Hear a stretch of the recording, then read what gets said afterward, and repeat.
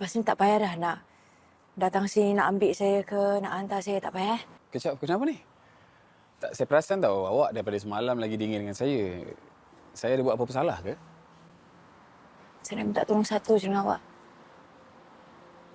Tolong hormat keluarga saya.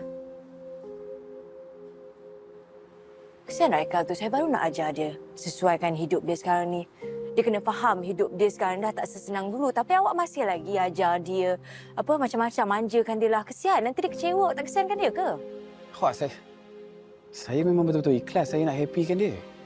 Ya, tapi bila awak berterusan buat benda macam ni, awak tak fikir ke apa akan jadi? Ha?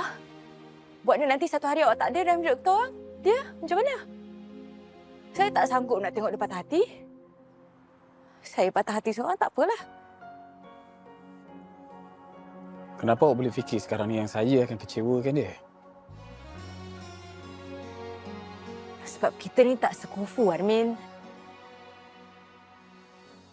Saya janda. Mak awak dah sah-sah ada plan untuk anak lelaki dia dan saya tak ada dalam plan tu.